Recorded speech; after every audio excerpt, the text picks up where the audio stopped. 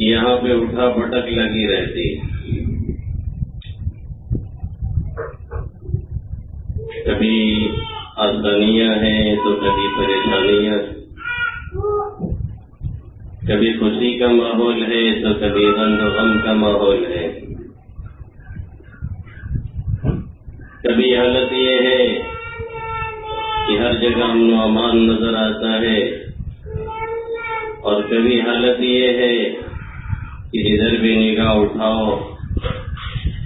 امن و امان نام کی کوئی چیز کہیں دیکھنے اور سننے کو نہیں ملتی ہے. یہ حالات ہیں جس سے امت کو، جس سے قوموں کو، اور جس سے لوگوں کو،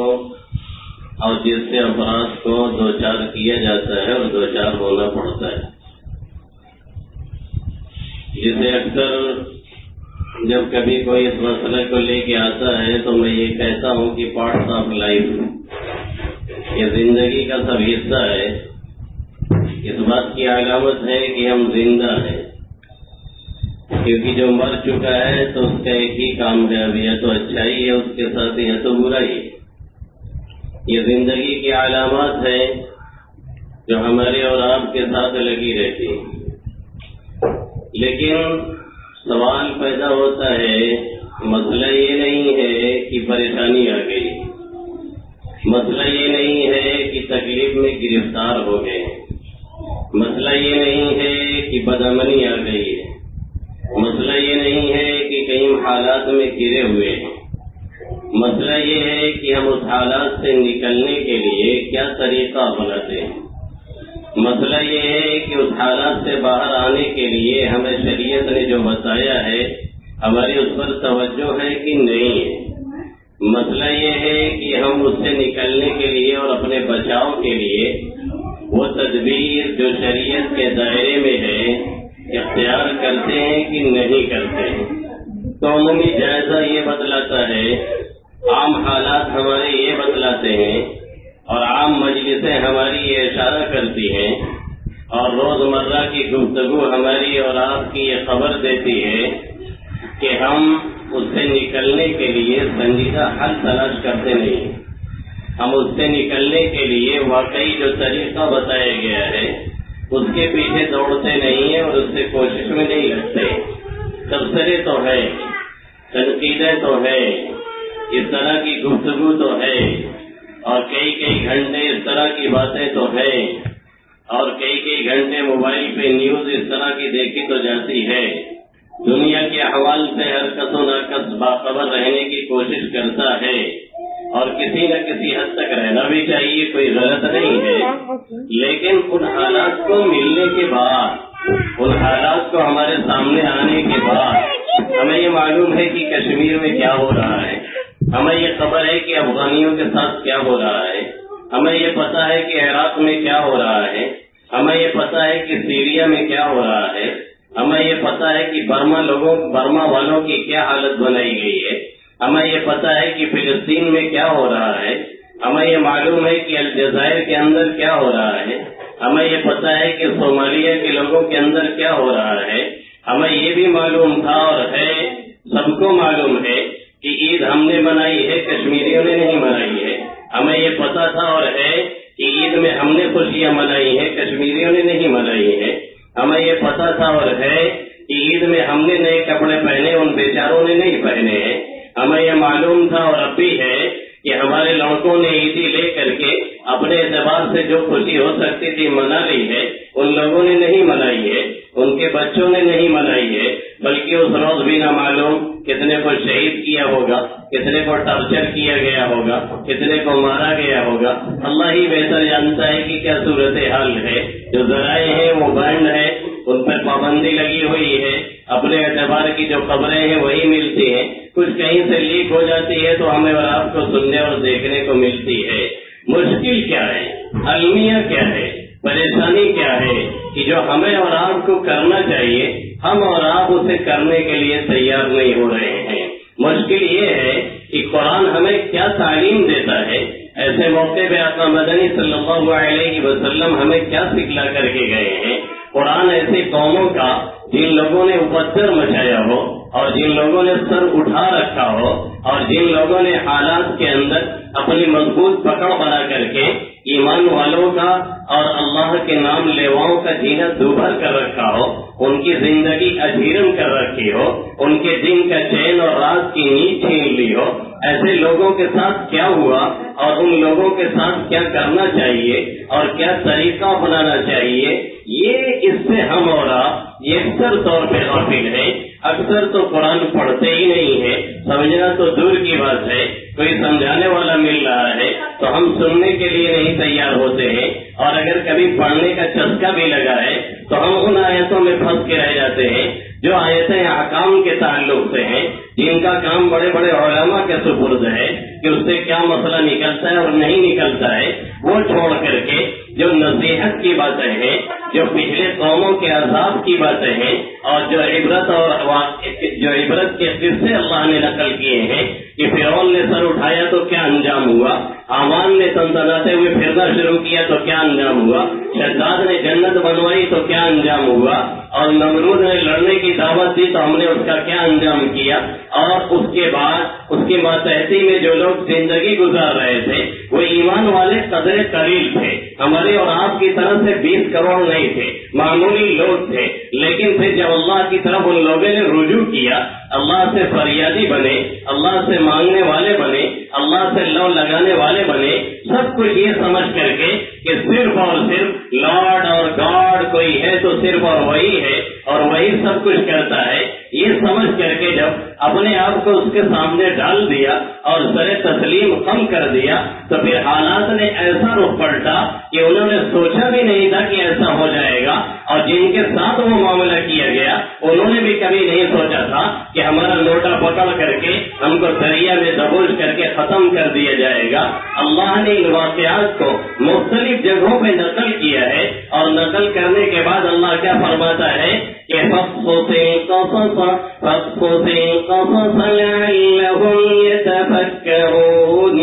اللہ فرماتا ہے اس طرح کے عبرت کے قصے، اس طرح کے عبرت کے واقعات، اس طرح کے عبرت کی حکایتیں، اس طرح کی نصیحت کی باتیں، اس طرح کی موعظت کی باتیں لوگوں کے سامنے بیان کیجیے تاکہ لوگ نصیحت حاصل کریں، تاکہ لوگ غور فکر سے کام لیں، تاکہ لوگوں کو یہ پتہ چلے کہ خدا کی خدائی میں دخل دینے کا انجام کیا ہوتا ہے، تاکہ لوگوں کو یہ معلوم ہو کہ اس کے سامنے سجدہ ریز ہونے میں، تاکہ لوگوں کو یہ معلوم ہو کہ مصیبت کے وقت اسے پکارنے میں، تاکہ لوگوں کو یہ معلوم ہو کہ پریشانیوں میں گھر کے رہ جانے میں اور پھر اس کے بعد اسے پکارنے میں کہ تو ہی دور کر سکتا ہے، تو ہی قادر مطلق ہے، تو ہی جبار ہے، تو ہی قہار ہے، تو ہی رحمان ہے، تو ہی رحیم ہے، تو ہی مالک الملک ہے، تو ہی ملک الملوک ہے، جو چاہتا ہے تو کرتا ہے۔ اس طرح سے جب کوئی فرق دیکھتا ہے اور ان آیتوں کو پڑھتا اور سمجھتا ہے تو پھر اس کے لیے راستے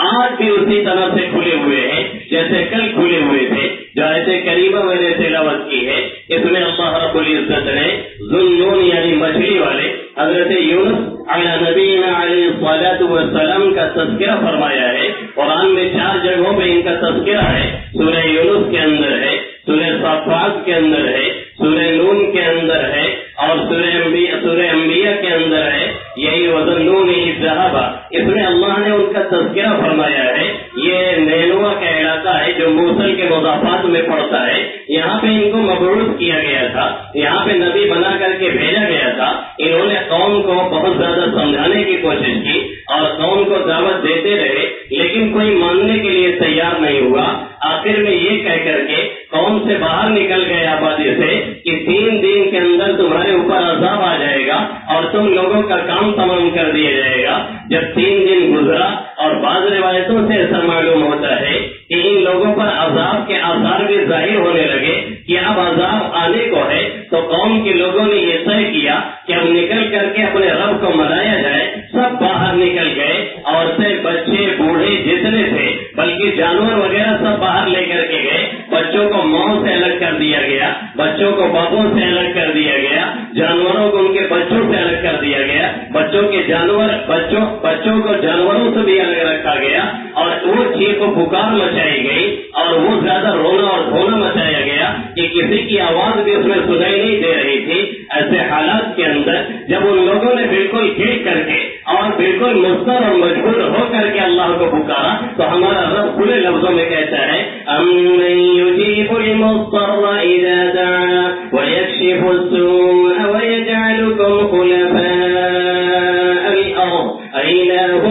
مَّعَ اللَّهِ قَلِيلًا مَّا تَذَكَّرُونَ۔ بھلا پریشان حال کی دعا کون سنتا ہے؟ جب اسے پریشانی میں کوئی پکارتا ہے، جب اسے مصیبت میں کوئی پکارتا ہے، جب حالات میں گر کے اسے کوئی پکارتا ہے، بے چین ہو کر کے، بے قرار ہو کر کے، یہ سمجھ کر کے ہمارا کوئی خالق نہیں، ہمارا کوئی مالک نہیں، کوئی نافع نہیں ہے، کوئی ضار نہیں ہے، کوئی معز نہیں ہے، کوئی مذل نہیں ہے، یہ سمجھ کر کے کہ صرف اور صرف وہی ہے، دوسرا کوئی کچھ کرنے والا نہیں ہے۔ أَمَّن يُجِيبُ الْمُضْطَرَّ إِذَا دَعَا وَيَكْشِفُ السُّوءَ وَيَجْعَلُكُمْ خُلَفَاءَ الْأَرْضِ أَإِلَٰهٌ مَّعَ اللَّهِ قَلِيلًا مَّا تَذَكَّرُونَ۔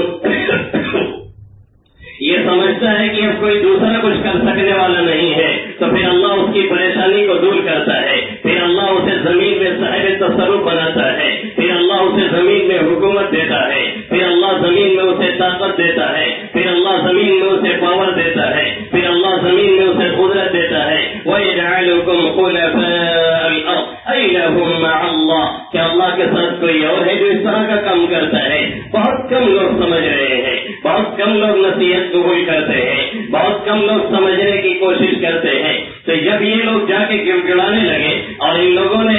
گڑ گڑانے کی حد کر دی اور اتنے زیادہ چیخ و پکار مچی کہ کسی کی آواز بھی دوسرے کے اس میں سمجھ میں نہیں آ رہی تھی، ایسے حالات کے اندر اللہ رب العزت نے ان سے عذاب کو ٹال دیا اور اللہ نے عذاب کو روک لیا۔ ادھر حضرت یونس کو یہ معلوم ہوا کہ ان کی گریہ و زاری کی وجہ سے، ان کے توبہ اور استغفار کی وجہ سے ان سے عذاب روک لیا گیا ہے، تو بجائے کہ واپس لوٹ کر کے شہر نیلو آتے، انہوں نے سوچا کہ اب واپس لوٹ کے جائیں گے تو قوم شاید ہمیں جھٹلانے لگے اور کہنے لگے آپ نے صحیح نہیں کہا تھا۔ اور ان لوگوں کا ایک قاعدہ بھی یہ تھا کہ اگر کوئی اس طرح کی بات کہے اور پوری نہ ہو تو اس کو قتل کرنے کی بھی درپے ہو جایا کرتے تھے۔ یہ سب سوچ کر کے اللہ کا حکم ابھی نہیں آیا، اپنے اتحاد سے، اپنے سوچ سے، اپنے تھنکنگ سے کہ اب ہمیں یہاں جانا مناسب نہیں ہے، وہاں سے ہجرت کر کے دوسری جگہ کے لیے نکل گئے۔ راستے میں دریا پڑ رہا تھا، کشتی میں سواری اختیار کی، کشتی تھوڑی دور آگے گئی اور اس کے بعد ہچکولے لینے شروع ہو گئی۔ اذهب إلى الفلك المشحون فساهم فكان من المدحضين والتقمه الحوت وهو مليم۔ اب جب وہ ہچکولے لے رہی ہے تو یہ طے ہوا کہ کسی ایک کو اس کشتی میں سے نکال کر کے دریا میں ڈال دیا جائے، کسی ایک کو دریا میں چھوڑا جانا ضروری ہے، تبھی ہم لوگ نجات پا سکتے ہیں، ورنہ سبھی لوگ ڈوب جائیں گے۔ انہوں نے کہا میرا ہی نام آنا چاہیے، میں جا رہا ہوں۔ لوگوں نے ان کو پہچانا تو قرآن اندازی شروع کی، پرچی نکالی گئی کہ جس کا نام نکلے اسے دریا میں ڈال دیا جائے۔ پرچی پہلی مرتبہ نکالی گئی تو انہی کے نام کی نکلی۔ لوگوں نے کہا دوبارہ نکالی جائے، دوبارہ نکالی گئی، پھر حضرت یونس کا نام آیا، دوبارہ نکالی گئی، پھر حضرت یونس کا نام آیا۔ اس کے بعد آپ نے زائد کپڑے اتارے اور دریا میں کودنا شروع کیا۔ پہلے افضل سے ایک مچھلی کو اللہ نے حکم دیا، وہ چل کر کے آئی اور انہیں اپنے منہ میں لے لیا اور لے کر کے سمیٹ کر کے بیٹھ گئی، یعنی اس مچھلی کو ان کی قبر کی طرح سے بنا دیا گیا۔ اللہ نے حکم دیا کہ یہ تعلیم کے لیے ہے، یہ ان کو سمجھانے اور سکھانے کے لیے ہے، کوئی ان کے لیے عذاب نہیں ہے، کوئی ان کے لیے مصیبت نہیں ہے، تمہیں اس کے کھانے کی اجازت نہیں ہے، اب لے کر کے انہیں ٹہلتے رہو۔ نتیجہ یہ نکلا کہ پہلا حکم جو آیا تھا عذاب کا وہ الہی تھا، اور اس کے بعد جو خبر دی حکم الہی کی وجہ سے دی، عذاب آنے کا جو وقت تھا وہ بھی حکم الہی کے تحت تھا، لیکن سب لوگوں کی گریہ اور زاری کرنے کی وجہ سے وہ عذاب ٹال دیا گیا۔ اب لوٹ کے آنا چاہیے تھا، لیکن سمجھ میں آیا کہ نہ لوٹنا بہتر ہے، اللہ کے حکم کا انتظار نہیں ہو سکا اور اس کے بعد آگے بڑھ گئے، جس کی وجہ سے اللہ رب العزت نے پکڑ فرمائی۔ اور اللہ کیا فرماتا ہے، وَظَنُّونِ إِذْ ذَهَبَ مُغَاضِبًا فَظَنَّ أَن لَّن نَّقْدِرَ عَلَيْهِ فَنَادَىٰ فِي الظُّلُمَاتِ أَن لَّا إِلَٰهَ إِلَّا أَنتَ سُبْحَانَكَ إِنِّي كُنتُ مِنَ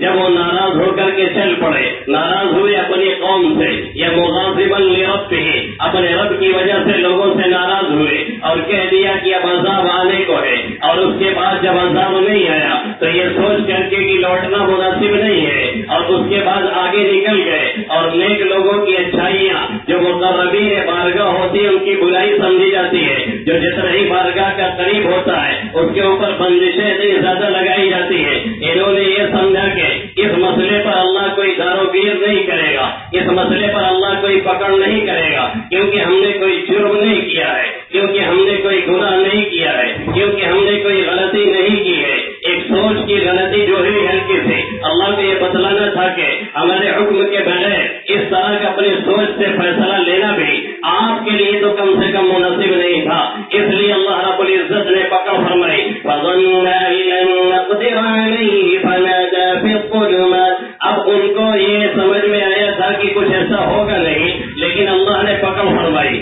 اور ان کو مچھلی کے منہ میں ڈال دیا، قرآن دازی کے بعد ان کو دریا میں ڈھکیلا، دریا میں ڈالا گیا، اور دریا میں ڈالنے کے بعد مچھلی نے ان کو نگل لیا، اور اس کے بعد اسی میں وہ پڑے رہے، اور جب پڑے رہے تو پھر انہوں نے اللہ کو پکارنا شروع کیا، پھر انہوں نے اللہ کو بلانا شروع کیا، پھر انہوں نے اللہ سے فریاد شروع کی، پھر انہوں نے اللہ کو منانا شروع کیا، پھر انہوں نے اللہ سے یہ کہنا شروع کیا اے میرے ربا آپ کی ذات پاک ہے، آپ کے اندر کوئی عیب نہیں، آپ کے اندر کوئی خرابی نہیں، آپ کے اندر کوئی نقص نہیں، آپ کے اندر کوئی کمی نہیں، آپ ظلم کرنے والے نہیں ہیں، آپ زیادتی کرنے والے نہیں ہیں، آپ بلا وجہ کسی کو پکڑنے والے نہیں ہیں، آپ کسی کو سزا دینے والے نہیں ہیں، آپ کی ذات بالکل پاک ہے، آپ کی شان سب سے بلند و بالا ہے، لا الہ الا انت، آپ کے سوا کوئی معبود نہیں، لا الہ الا انت،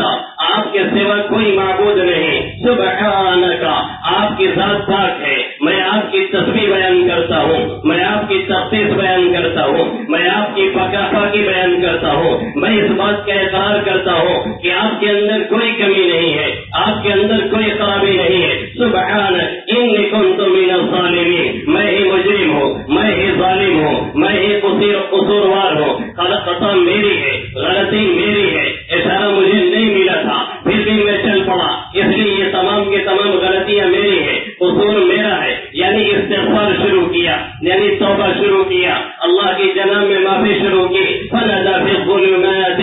لا الہ الا انت سبحانک انی کنت من الظالمین، اے اللہ میں ظالم لوگوں میں سے ہوں، مجھ سے قصور ہو گیا ہے، اس لیے اللہ فرما دیجیے، تو اللہ کیا فرماتا آگے فاستجبنا له ونجيناه من الغم وكذلك ننجي المؤمنين، فاستجبنا له ونجيناه من الغم وكذلك ننجي المؤمنين، ہم نے ان کی دعا قبول کی اور ہم نے گھٹن سے نجات دی، ہم نے انہیں پریشانی سے نجات دی، ہم نے انہیں اس مصیبت سے نجات دی، صرف انہیں نجات نہیں دی ہے، وَكَذَلِكَ نُنْجِي الْمُؤْمِنِينَ، ایسے ہی ہم مومنین کو نجات دیا کرتے ہیں اور ایسے ہی نجات دیتے رہیں گے، اسی لیے آپ مدنی صلی اللہ علیہ وسلم نے فرمایا کہ جب کوئی مومن مصیبت میں گرفتار ہو، جب کوئی مومن پریشانی میں گرفتار ہو، جب اس طرح کے حالات گھیر لے اور یہ سمجھ میں آئے کہ اب تاریکیاں ڈیرا ڈالے ہوئے ہیں، اب یہ نظر آ رہا ہے کہ غم کے بادل چھٹنے کا نام نہیں لے رہے ہیں، اب یہ نظر آ رہا ہے کہ مصائب کے پہاڑ ہٹنے کا نام نہیں لے رہے ہیں، اب یہ نظر آ رہا ہے کہ ہمارے اور آپ کے نکلنے کا کوئی راستہ نہیں ہے، تو انہوں نے تاریکیوں میں پکارا تھا، ایک تاریکی سمندر کے تھی، ایک تاریخ مچھلی کے پیٹ کے تھی، اور ایک تاریخی بعض روایتوں کے مطابق رات کی تھی، تین تاریخیوں میں جہاں سے کچھ دکھ نہیں رہا ہے، جہاں سے کچھ نظر نہیں آ رہا ہے، جہاں سے نکلنے کا کوئی چانس نہیں ہے، جو ایک قبر نما مچھلی لے کر کے ان کو ٹہل رہی ہے، ہم تو کم سے کم آزاد ہیں، ہم تو کم سے کم ادھر سے ادھر جا رہے ہیں،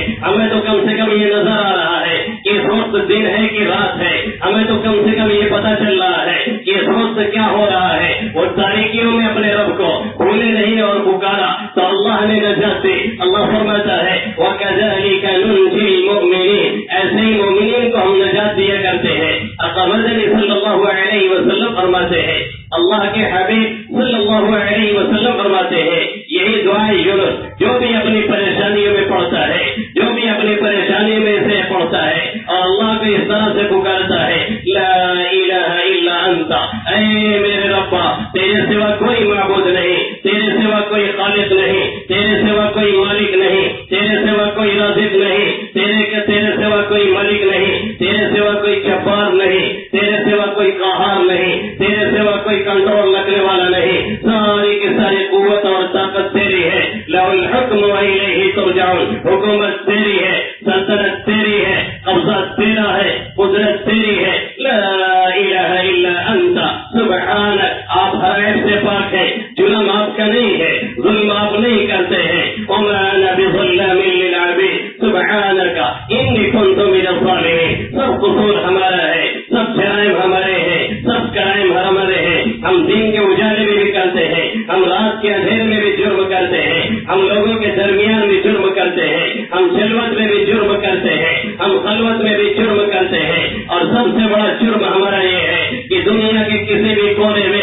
اگر مسلمان سسک رہا ہے، اگر بہنوں کی عزت لوٹ رہی ہے، اگر ماؤں کی عزت لوٹ رہی ہے، اگر ان کے پیٹ کو چاک کیا جا رہا ہے، اگر ان کے عمل کو ضائع کیا جا رہا ہے، اگر بچوں کو تلوار کی نوک پہ اٹھانا جا رہا ہے، اگر سڑکوں کو خون سے لال کیا جا رہا ہے، اگر کشمیر کی گلیاں لال ازار کی جا رہی ہے، تو ہم سمجھتے ہیں ہم امن میں ہیں، ہمیں کوئی فرق نہیں پڑتا ہے، ہماری صحت پہ کوئی اثر نہیں پڑتا ہے، ہم کوڑتے نہیں ہیں، ہم بے چین نہیں ہوتے ہیں، ہمیں غفلت کی ایک چادر لمبی سے لے کر کے ہم یہ سمجھتے ہیں کہ ہم امن میں ہیں، اس لیے پوری دنیا میں کہیں بھی کچھ ہو ہمارے سر پہ کیوں نہیں دیکھتی۔ سب سے بڑا جرم آج ہمارا اور آپ کا یہی بن چکا ہے۔ اللہ اپنے بندے کی مدد اس وقت کرتا ہے جب بندہ دوسرے بندے کی مدد میں لگا رہتا ہے۔ واللہ فی عون العبد ما كان العبد فی عون اخیہ، اللہ اپنے بندے کا مدد اس وقت کرتا ہے، اللہ اپنے بندے کا سپورٹ اس وقت کرتا ہے، اللہ اپنے بندے کے کام اس وقت آتا ہے۔ ہم کسی مصیبت میں پڑے، آپ کسی مصیبت میں پڑے، کوئی کسی مصیبت میں گر جائے، اللہ اس وقت جلدی سے سپورٹ اور مدد کرتا ہے جبکہ دوسروں کی مصیبت میں ہم کام آئے۔ مسلمان کو تو چھوڑیے، اگر کوئی کافر بھی کہیں سسک رہا ہے، اگر ہمارا پڑوسی کوئی جنسنی بھی ہے اور وہ بھوکا سو جا رہا ہے، کل قیامت میں اس کا سوال ہم سے اور آپ سے اللہ کر سکتا ہے اور کرے گا یقیناً کہ ایک شخص بھوکا سو رہا تھا اور پیٹ بھر کر کے اور دیر بھر کھانا سما کر کے پھینک کر کے تم نے اچھا نہیں کیا ہے، اس کا حساب تمہیں آج دینا ہے۔ سب سے بڑا جرم آج ہم یہ کر رہے ہیں کہ ہمارے اندر بے حسی تاری ہے۔ حجاج ابن یوسف یہ امت کا سب سے بڑا ظالم کہلاتا ہے اور ہم لوگ اس کے ظلم کو بیان کرتے ہوئے تھکتے نہیں ہیں۔ حضرت ابدس تھانوی نور اللہ مرقدہ نے لکھا ہے کہ اس کے اندر ایک صفت ایسی تھی جو آج کل حضرت لوگوں میں نہیں پائی جاتی ہے، جو آج کل مشائخ میں نہیں پائی جاتی ہے، جو آج کل صوفی لٹک میں نہیں پائی جاتی ہے۔ وہ سب سے بڑی اچھائی کیا تھی کہ اگر دنیا کے کسی بھی کونے میں وہ سن لیتا تھا کہ کسی مسلمان بہن پہ ظلم ہو رہا ہے، کسی بہن کی عزت پہ ڈاکہ ڈال جا رہا ہے، کسی بہن کی عزت کو تار تار کیا جا رہا ہے، تو اسے رات کو نیند نہیں آتی تھی اور رات کو چین نہیں آتا تھا، بیدار ہو جاتا تھا بیچ بیچ میں اور کہتا تھا یا بن سیاح، اے میری بیٹی، یا سیاح، اے میری بہن، کب مجھے موقع ملے اور میں تجھے کافروں کے چنگل سے آزاد کرا سکوں اور اس سے نکال سکوں۔ حالات کا رونا مت روئیے، حالات کا رونا رو کر کے اور اپنے عیبوں کو چھپائیے نہیں، حالات کے رونے پہ رو کر کے اور اپنے عیبوں کو چھپا کر کے کام ہمارا اور آپ کا بننے والا نہیں ہے۔ آپ جو بھی کر سکتے ہیں وہ کریے، لیکن یہ ضرور کریے کیونکہ بغیر اللہ کی مدد کے، کیونکہ بغیر اللہ کی نصرت کے، کیونکہ بغیر اللہ کے تعاون کے، کیونکہ بغیر رجوع اللہ کیے ہوئے، کیونکہ بغیر اللہ کو پکارے ہوئے کبھی بھی کوئی کام نہیں بن سکتا ہے۔ دنیا کے سارے مسائل جمع کر لیجیے،